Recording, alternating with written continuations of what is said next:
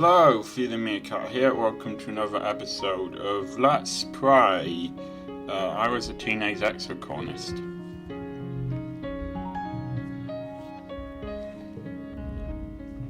You're reflecting afterwards when Antecedent pops her head into the lounge. The kitchen announced an artificially sweet voice is looking for someone to help with part-time cooking duties. Someone young, someone responsible, someone organised.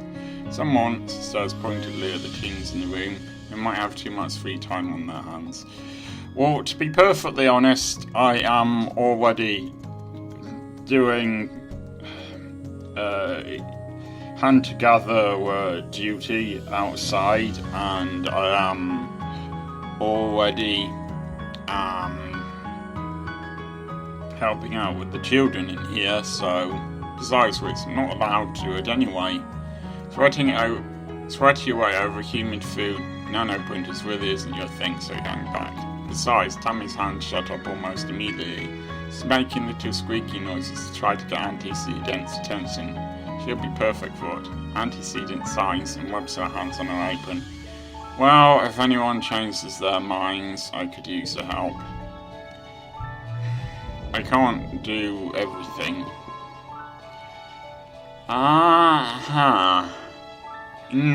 No, I don't think so. That is a 1, and it is quite...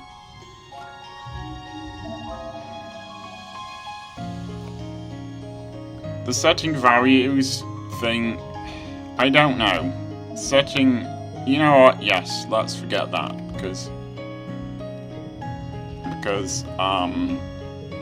setting values to 1 is not actually helpful.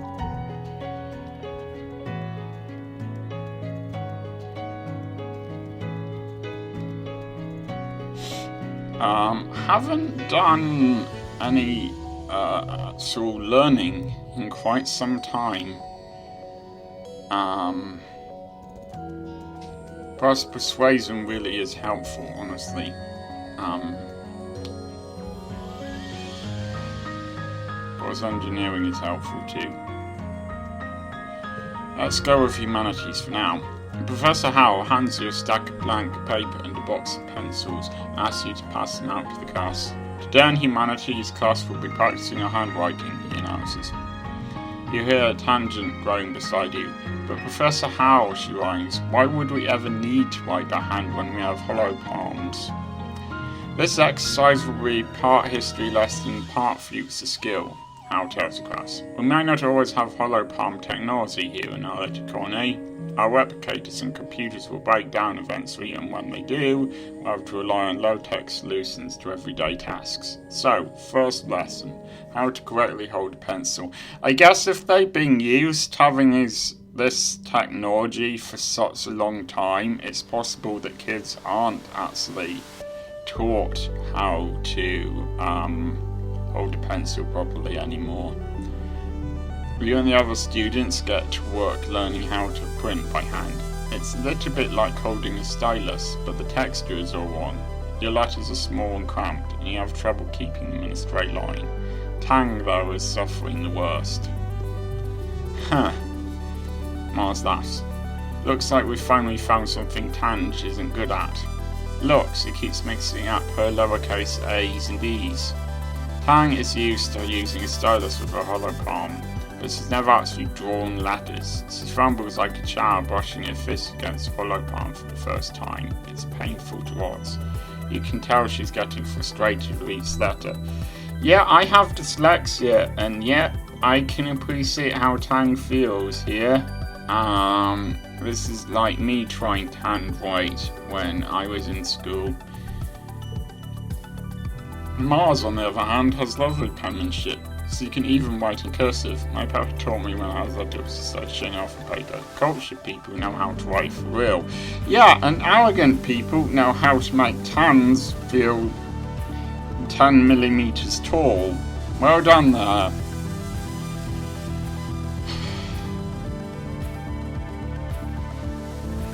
Yeah, this is the one that's going to make Tang happiest, I think. Writing by hand is stupid anyway. Mars asks, sure, you two can say you're never competing, but we all know who won. No, so we all know I won. She first is copying it, perm onto a piece of paper and signs it with a flower, says Tang. Watches enviously.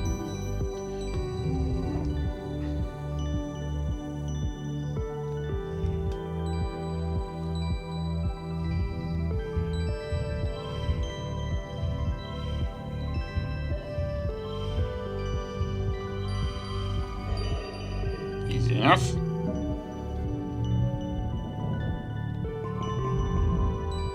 You're getting older. It's that magical time in your life full of discoveries and possibilities when children become adults and their bodies change in weird, wonderful and often embarrassing ways. Yeah, it's pretty horrible. When you were younger, Congruence gave your class a frank presentation about preparing for the changes your bodies will experience in the next few years.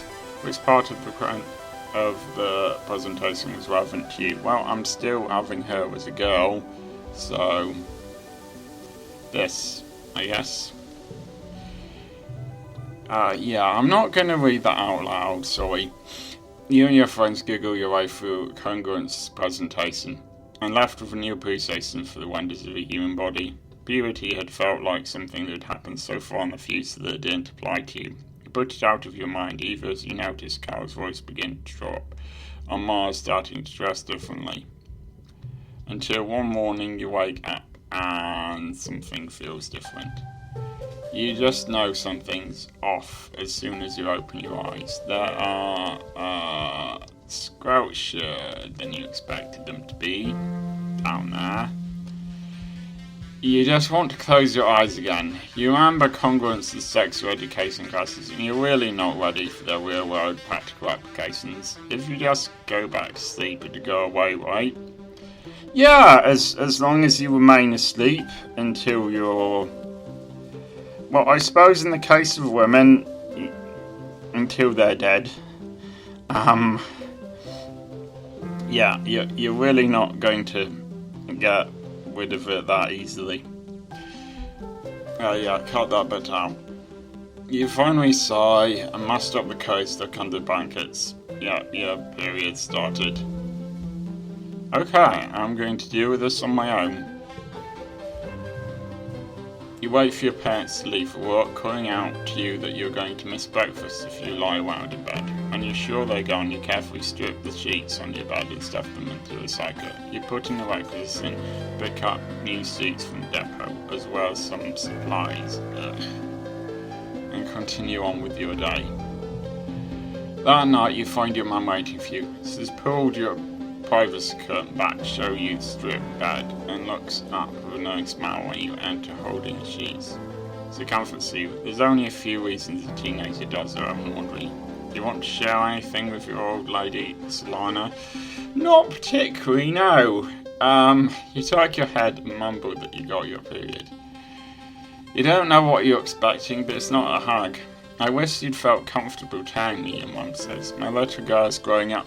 This is why she's not comfortable. Why do parents have to make this worse? Splits her hands on your shoulders. I'm so happy for you, kiddo. I know you're probably grossed out, but getting your period is important. Sometimes we need a bit of mess in our lives to remind us that we're real. That we're part of this world. It reminds us that we have the ability to make life and responsibility to take care of that life. Getting your period is a beautiful thing. You can't think of anything worse. Thankfully, soon you can get a blocker to keep from having to go through this every month. Your mum hugs you again and keeps talking about how she's proud of you. It's super embarrassing and you can't help but shove her away and retreat to your bike to steal about it. What is happening? You feel on the edge today, like everything that happens feels so unfair and tragic. Like you want to punch stuff and then cry about it. Like you want to be left alone but you desperately want attention. It feels like a fount of new energy is starting to bubble up inside you. Dangerous, uncontrollable energy. Welcome to puberty, Solana. Okay, now that fun is over,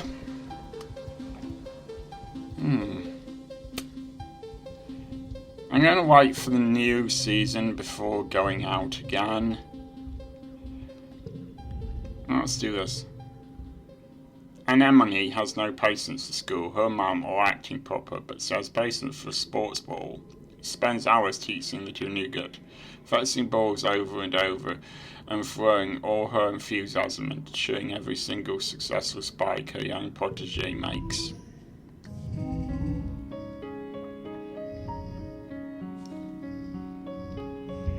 Definitely gonna want that, because that is the right type of challenge.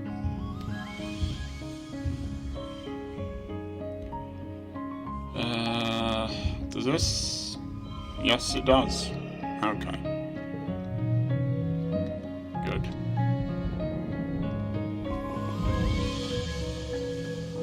Oh. Okay, now let's dust. Okay, excellent. Now that it's dust, let's go out and explore again.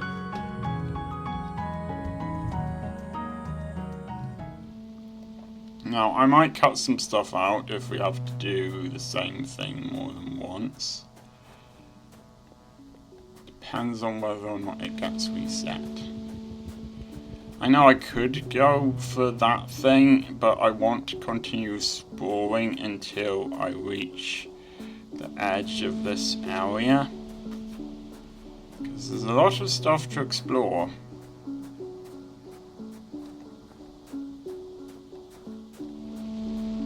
Has to be said. At the edge of one of the circular ponds, something sparkling catches your eye. Well, everything around here sparkles, but this thing really catches your eye. The water in Little Lake is deep and milky there, and you can't see the bottom. It's perfectly still, almost too still, and so perfectly circular. Remember, you've been warned about getting too close to these pools.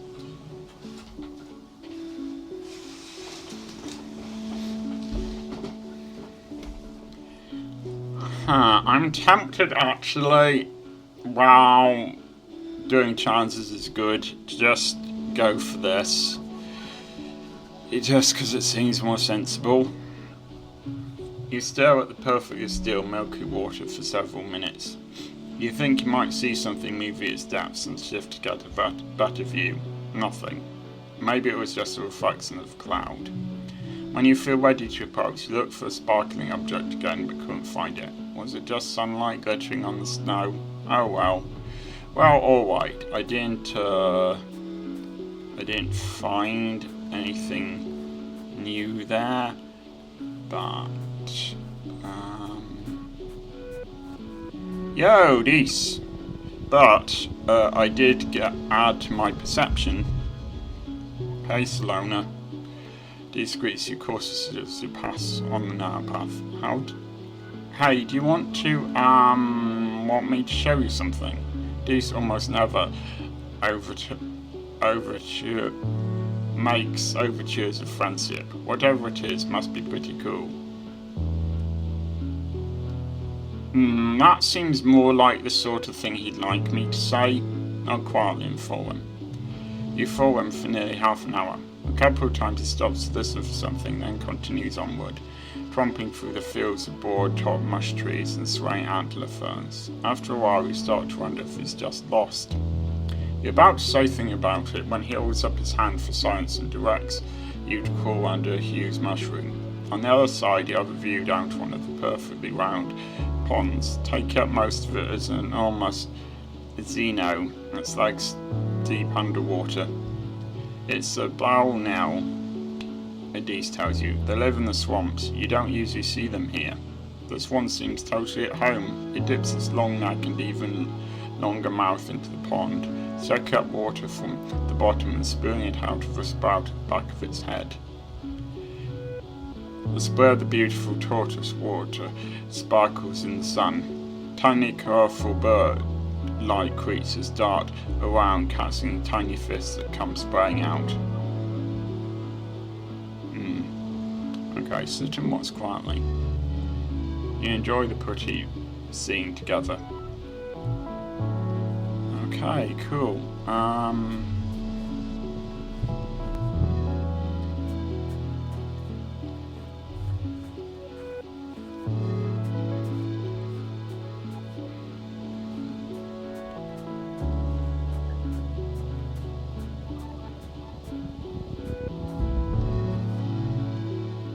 One of your jobs as a surveyor is to document the flora and fauna through photographs. You see a thing, a skittish flock of really long insects. Each one has 10 to 20 sets of wings, like long rods with knobbly bits at regular points. They're moving so fast that almost a blur.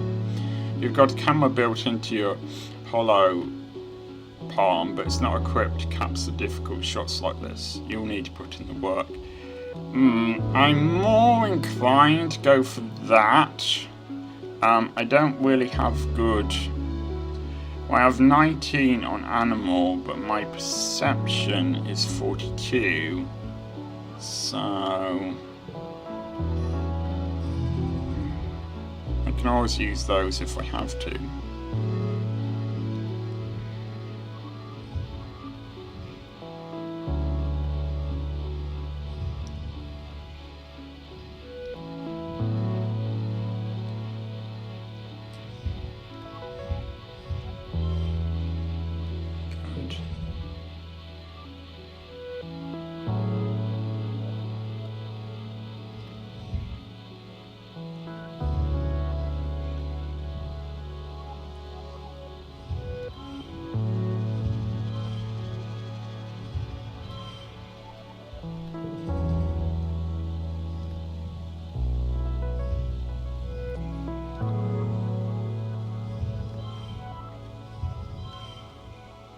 Wait a sec.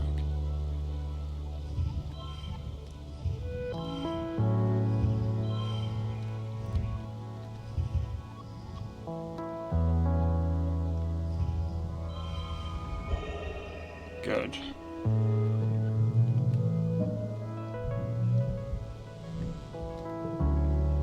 You climb up a tree and get an angle from above, not disturbing your subject. It comes out great, very avant-garde. Utopia was glad for the shot.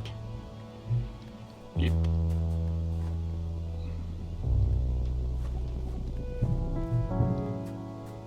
It's quite hard to see the path here, but I suppose it doesn't matter as long as I'm heading in roughly the right direction. It's a cloudy day. You hear the crash of thunder from somewhere nearby. Loud. Sounds like it's getting close. Suddenly, a massive, impossibly tall something punctures the low clouds and slams into the ground ahead of you. It's as tall as a skyscraper and a meter wide, covered with chitinous bone like an insect. You think it might be a leg?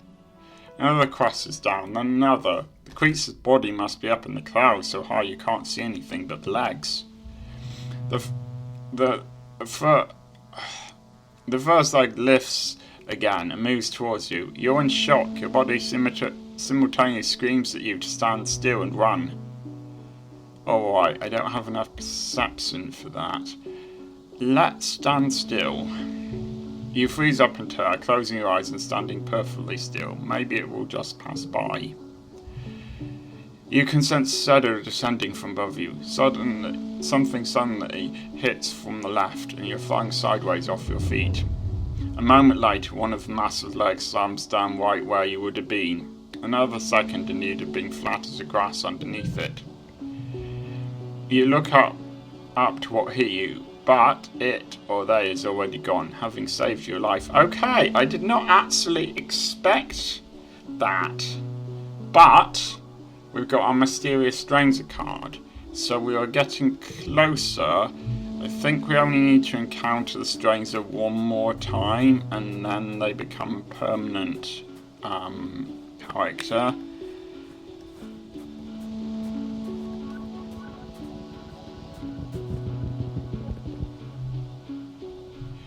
A series of small circular pools chained together to form an impassable body of water. You can't see an obvious route through, though the path does continue off in the distance on the other side.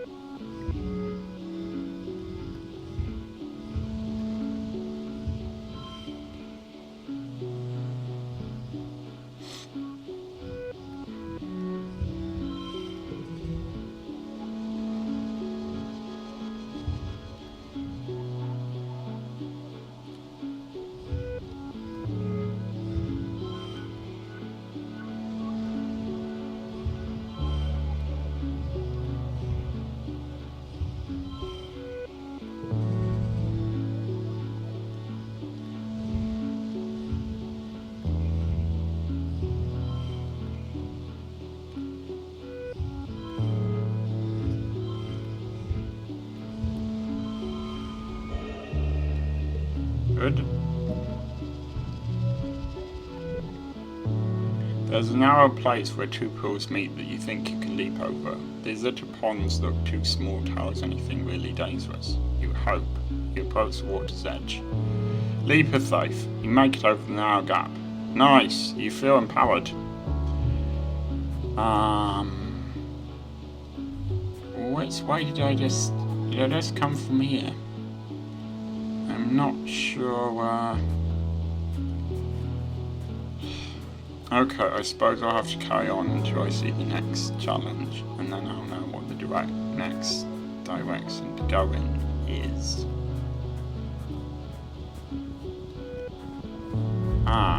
Okay, let's do this one last thing. You hear D shouting from nearby to come quick and look at this. You meet up with D some curiously clean parts of the path. There's no twigs, pebbles, bits of grass, or the ubiquitous daub's moth scales that litter this area. It almost looks like it's been swept clean, and there, in the middle of a perfect circle, 3 meters wide, is what you can only describe as a shrine. A hollow, waist-high structure made from twigs and packed sparks forms the centerpiece, and around it are deliberately spaced piles of colorful fruit, flowers, and glittering stones, like an offering.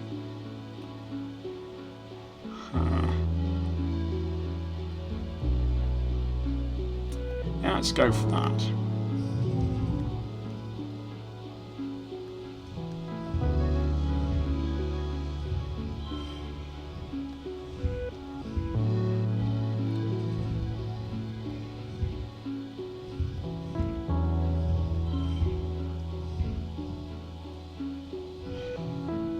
Okay, then I might as well make sure I'm not wasting one of these, at least.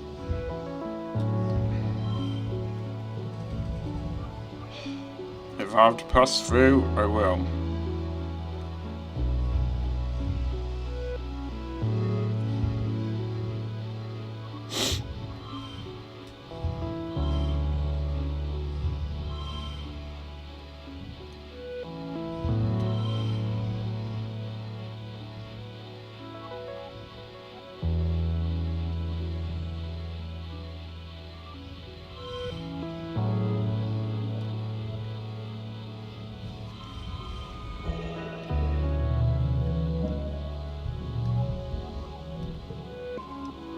You hang out fast, but don't discover anything, except how boring an idea this was. Dees takes a nap. You're almost falling asleep when something shuffles into the curtain. It's a bush bob. It crawls slowly along the path. It stops to pick up a pot flower. It stops to pick up a stone. When it arrives at the sign, it carefully places the flower in the pile of flowers and the stone in the pile of stones. Then it picks up the stone and reposits it. Just so. It's clearly an intelligent creature. You wonder if this creature is somehow religious, or is it just trying to attract a mate with this little show of decor? There's so much you don't know about the animals that live here. I mean, that showed, for example, that showed planning, didn't it? Oh, okay. Alright, this episode is going to go on for quite a long time if I don't stop there.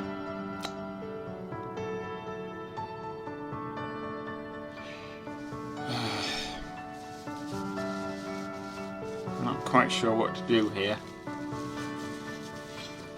Let's just push through as fast as we can. It's for Terminalia. Time for species, games and feasting. You stay hungry at the feast table. Sure, it's mostly soy rations, but it's still more food than you usually see at all at one time. There's some potato pods and some roasted slabs of fungi and a few dishes of earth vegetables from the greenhouses. You try to sneak some food before the speeches start, but Chief Engineer Instance catches you and smacks your hand away. Your mum gets really mad at her. It causes Hugh's yelling at us. Your dad directs you away from the table as Instance blames your mum for the way things are right now. Whatever that means. Your dad passes you a soy fruit to keep your trolley busy during the speeches. He's the best.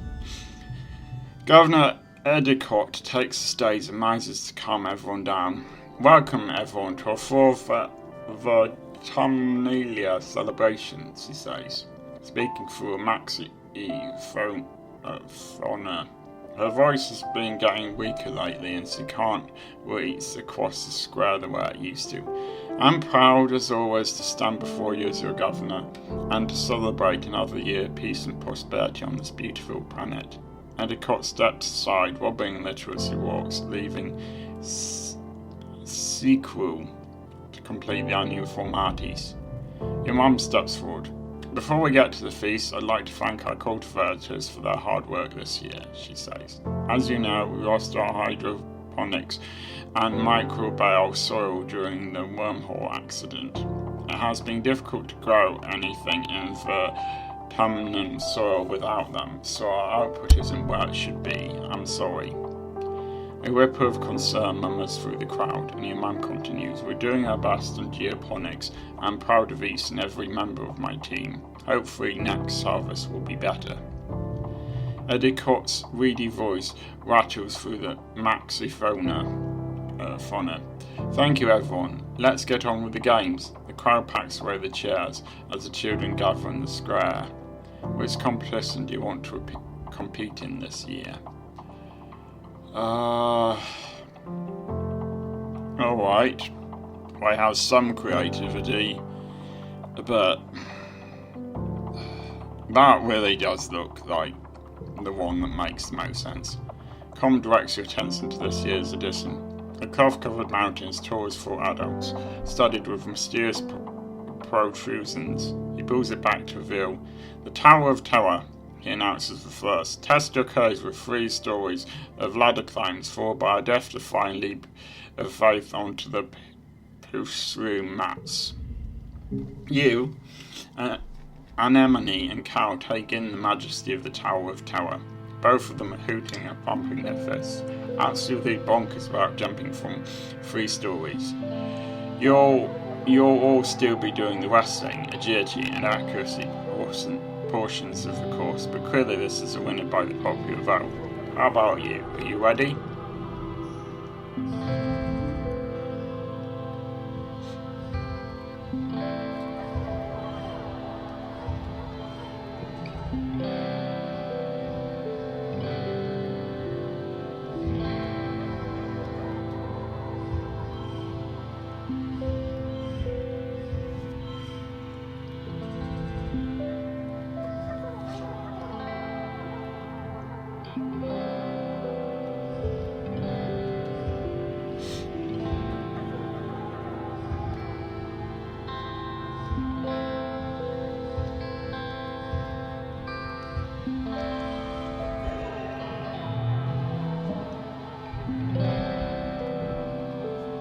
You blow through the obstacle course, basket shooting and the ball wrestling with ease, and you arrive at the base of the Tower of Terror with a determined gleam in your eye.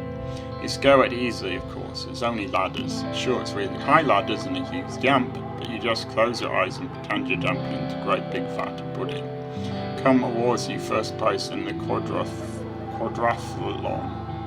Congratulations. Finally, it's time for feast. The feast isn't anything special, mostly the same pressed soy rations you've been served in the canteen for all of your life. The foragers have contributed great stocks of fungi that have been grilled like steak. Not that you've ever had steak to compare them to. The offerings from geoponics this year are as slender as your man warned. There's a few cheerings of roasted potatoes and carrots, but everything looks so scrawny. Everyone gets a taste, but not much more than that. It's so unfulfilled. What have your parents been doing in geoponics this whole time? This sucks. Ugh, why are your parents like this? You suddenly shove your food around on the plate. You don't even want to eat food anymore, you're so pissed off. You're probably just hungry. You do feel better after you eat something. Everyone's in high spirits after dinner, breaking off into little groups to talk and make music together as the sky darkens for the shortest night of the year. You feel your mood improve by the minute as your friends pull you into a fun rhythmic clapping game. As your irritation fades. You wonder if this is what Congress meant when she warned that your hormones would make you feel out of control sometimes. When you go back to your quarters to get ready for your bed, your dad gives you a big hug. It's exactly what you needed. Okay, I am going to end the episode there. I will see you next time.